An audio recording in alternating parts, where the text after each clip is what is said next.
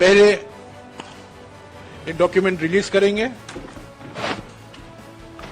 और ये है 9 साल 9 सवाल। 9 साल 9 सवाल।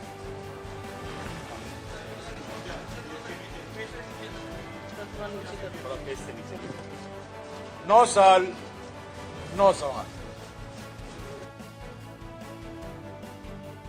राष्ट्रीय कांग्रेस पार्टी के नेता जयराम रमेश ने बीजेपी सरकार पर हमला करते हुए बीजेपी के 9 साल के कार्यों को लेकर 9 सवाल खड़े करते हुए प्रेस कॉन्फ्रेंस की, जिसमें जिक्र करते हुए अर्थव्यवस्था, कृषि और किसान, भ्रष्टाचार, मित्रवाद, चीन, राष्ट्रीय सुरक्षा, सामाजिक न्याय, लोकतांत्रिक संस्थान, जन कल्याण की योजनाएं, corona miscall, mismanagement. Jairam Ramesh ji ने बीजेपी से 9 साल में 9 सवाल पूछे और उनसे जवाब मांगा। आइए देखते हैं दिल्ली से हमारे विशेष संवाददाता अजीत कुमार की ये रिपोर्ट।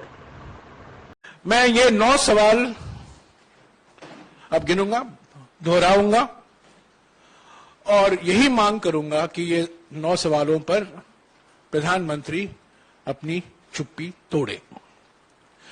पहला सवाल अर्थव्यवस्था से संबंधित है। हम लोग सब जानते हैं कि हमारी देश पीड़ित है महंगाई से, बढ़ती हुई बेरोजगारी से, नोटबंदी से, पहला नोटबंदी, दूसरा नोटबंदी, गलत तरीके से जीएसटी लागू होने के बाद जो एमएसएमई खत्म, और इसका पूरा और हमें देखने को मिल रहा है। आर्थिक विषमताएं बढ़ती हैं, आर्थिक विषमताएं बढ़ती हैं। पहला है क्यों है प्रधानमंत्री देश में बेरोजगारी छू रही है, क्यों अमीर हो रहे हैं और गरीब हो रहे हैं। सार्वजनिक संपत्तियों को आप क्यों मित्रों को बेच रहे हैं, आर्थिक विषमताओं क्यों बढ़ रही हैं। तो ये पहला सवाल अर्थव्यवस्था से जुड़ा हुआ है और खास तौर से बढ़ती हुई आर्थिक विषमताओं के संबंध में है। दूसरा सवाल कृषि और किसान से संबंधित है, कृषि और किसान से जुड़ा हुआ है। ऐसा क्यों है प्रधानमंत्री जी कि पिछले 9 सालों में भी किसानों की आय 2 गुनी नहीं हुई है। ये उनका वादा था, ये वादा अभी तक पूरा नहीं हो पाया। 3 काले कृषि कानूनों को रद्द करते समय किसान संगठनों के साथ हुए समझौतों को अभी तक लागू क्यों नहीं किया गया है। एमएसपी की गारंटी क्यों नहीं दी गई है। इस पर बहुत लंबी चर्चा हुई है। पहले किसान संगठनों के साथ सरकार की बातचीत हुई, संसद में भी इस पर बहस हुई, ये काले कानून पारित हुए। उसके बाद मजबूरी से प्रधानमंत्री ने इसको वापस लेना पड़ा। तब के समय कुछ बातचीत हुई किसान संगठनों के साथ और आज भी रद्द करते वक्त जो वादे किए गए थे, जो गारंटी दिए थे, आज तक वो पूरे नहीं हुए हैं। तीसरा सवाल प्रधानमंत्री से, ये तीसरा सवाल पिछले 3-4 महीने से हम कर रहे हैं। खासतौर से मित्रवादी पूंजीवाद का मिसाल जो हमें देखने को मिल रहा है, रोज कुछ ना कुछ मोडानी कहानी जो हमें उसको अखबारों में, टीवी में, मीडिया में, कई माध्यमों से हमें जानकारी मिलती रहती है। ऐसा क्यों है प्रधानमंत्री कि अडानी को फायदा पहुंचाने के लिए एलआईसी और एसबीआई में जमा जनता के खून पसीनों की कमाई को दांव पर दिया गया है। भ्रष्टाचार को खत्म करने की बात करने वाले प्रधानमंत्री इस पर जवाब क्यों नहीं देते कि अडानी की फर्जी कंपनियों में, शेल कंपनियों में, फर्जी कंपनियों में 20,000 करोड़ रुपए किसके हैं। इस पर आप जानते हैं हमने 100 सवाल, हम अडानी के हैं कौन श्रृंखला में हमने 100 सवाल पूछे हैं, उसका एक भी जवाब नहीं आया है। और अभी ये प्रचार किया जा रहा है कि सुप्रीम कोर्ट से एक क्लीन चिट मिला है। ये बिल्कुल क्लीन चिट नहीं है, ये भी साबित हो गया है।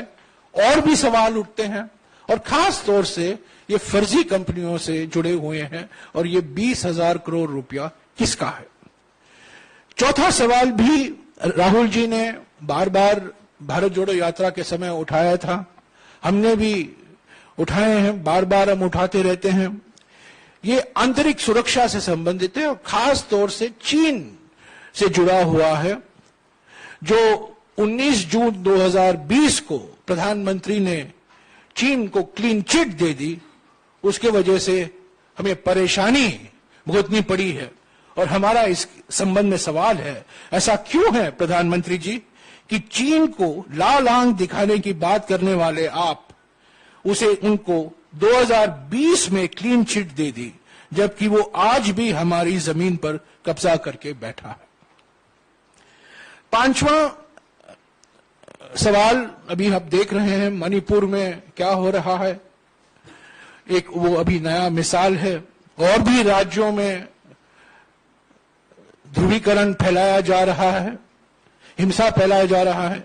सामाजिक सद्भाव जो बिगड़ा है, सामाजिक सद्भावना जो बिगड़ा है, उस पर यह सवाल है।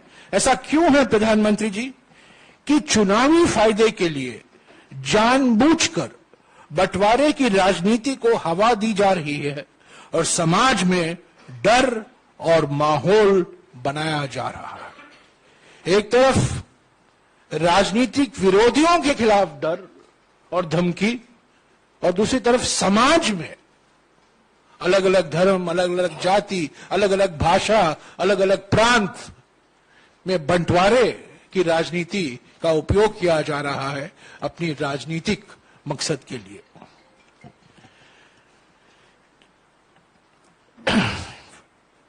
छठा सवाल है हमारा सामाजिक न्याय से संदर्भ में। ऐसा क्यों है प्रधानमंत्री जी कि महिलाओं, आप देख रहे हैं जंतर मंतर में, ऐसा क्यों है कि महिलाओं, दलितों, आदिवासियों, ओबीसी और अल्पसंख्यकों के खिलाफ हो रहे अत्याचारों पर आप चुप रहते हैं। जाति जनगणना, कास्ट सेंसस, वो जाति जनगणना की मांग को क्यों नजरअंदाज किया जा रहा है। कांग्रेस अध्यक्ष मल्लिकार्जुन खड़गे जी ने प्रधानमंत्री को भी खत लिखा है, उसका भी जवाब नहीं आया। राहुल जी ने बार बार भारत जोड़ो यात्रा के समय इसकी मांग की। आप जानते हैं जब यूपीए की सरकार थी हमने जाति जनगणना की थी, पर बहुत से कारणवश जो मैंने पहले आपको बताया है वो प्रकाशित नहीं हो पाया। और हमारी मांग है और अनेक विपक्ष पार्टियों की मांग है कि जाति जनगणना होना जरूरी है, पर यह अभी तक इस पर प्रधानमंत्री ने कुछ कहा नहीं है। लोकतांत्रिक संस्थाएं पर अगला सवाल है। ऐसा क्यों है प्रधानमंत्री कि विपक्षी दलों और नेताओं के खिलाफ बदले की भावना, प्रतिशोध की भावना से कार्रवाई की जा रही है। क्यों जनता द्वारा चुनी हुई विपक्षी दलों की कई सरकारें गिराई गई हैं। पिछले 9 सालों में संवैधानिक और लोकतांत्रिक संस्थाओं को क्यों कमजोर किया जा रहा है। 8वां सवाल, जन कल्याण की योजनाएं, मिसाल के तौर से महात्मा गांधी नरेगा। ऐसा क्यों है प्रधानमंत्री कि बजट में कटौती करके मनरेगा जैसे जन कल्याण की योजनाओं को कमजोर किया गया है। गरीब, आदिवासी एवं जरूरतमंदों के सपनों को क्यों आप कुचला जा रहा है। और हमारा अंतिम सवाल, प्रधानमंत्री को हम याद दिलाना चाहते हैं, कोरोना मिसमैनेजमेंट आज हम भूल गए हैं, पर एक समय था कोरोना महामारी से सारा देश पीड़ित था। ऐसा क्यों है प्रधानमंत्री कि कोरोना के कारण और खास तौर से कोरोना मिसमैनेजमेंट के कारण, कुप्रबंध के कारण 40 लाख लोगों ने अपनी जान गंवाई। 40 लाख लोगों की मौत के बाद भी उनके परिवारों को मुआवजा देने से मना कर दिया गया। क्यों अचानक लॉकडाउन करके लाखों कामगार साथियों के घर को घर जाने के लिए मजबूर किया गया और उन्हें उनके हाल पर छोड़ दिया गया। तो साथियों, ये 9 सवाल हैं, 9 साल के 9 सवाल, भारत जोड़ो यात्रा के 9 सवाल, राहुल जी के 9 सवाल, हमारे कांग्रेस अध्यक्ष के 9 सवाल, कांग्रेस पार्टी के 9 सवाल और देश की जनता का 9 सवाल। तो ये 9 साल हैं, 9 सवाल हैं और प्रधानमंत्री को, खास तौर से प्रधानमंत्री को चुप्पी तोड़ने की अभी वक्त आ गया है और जरूरी है।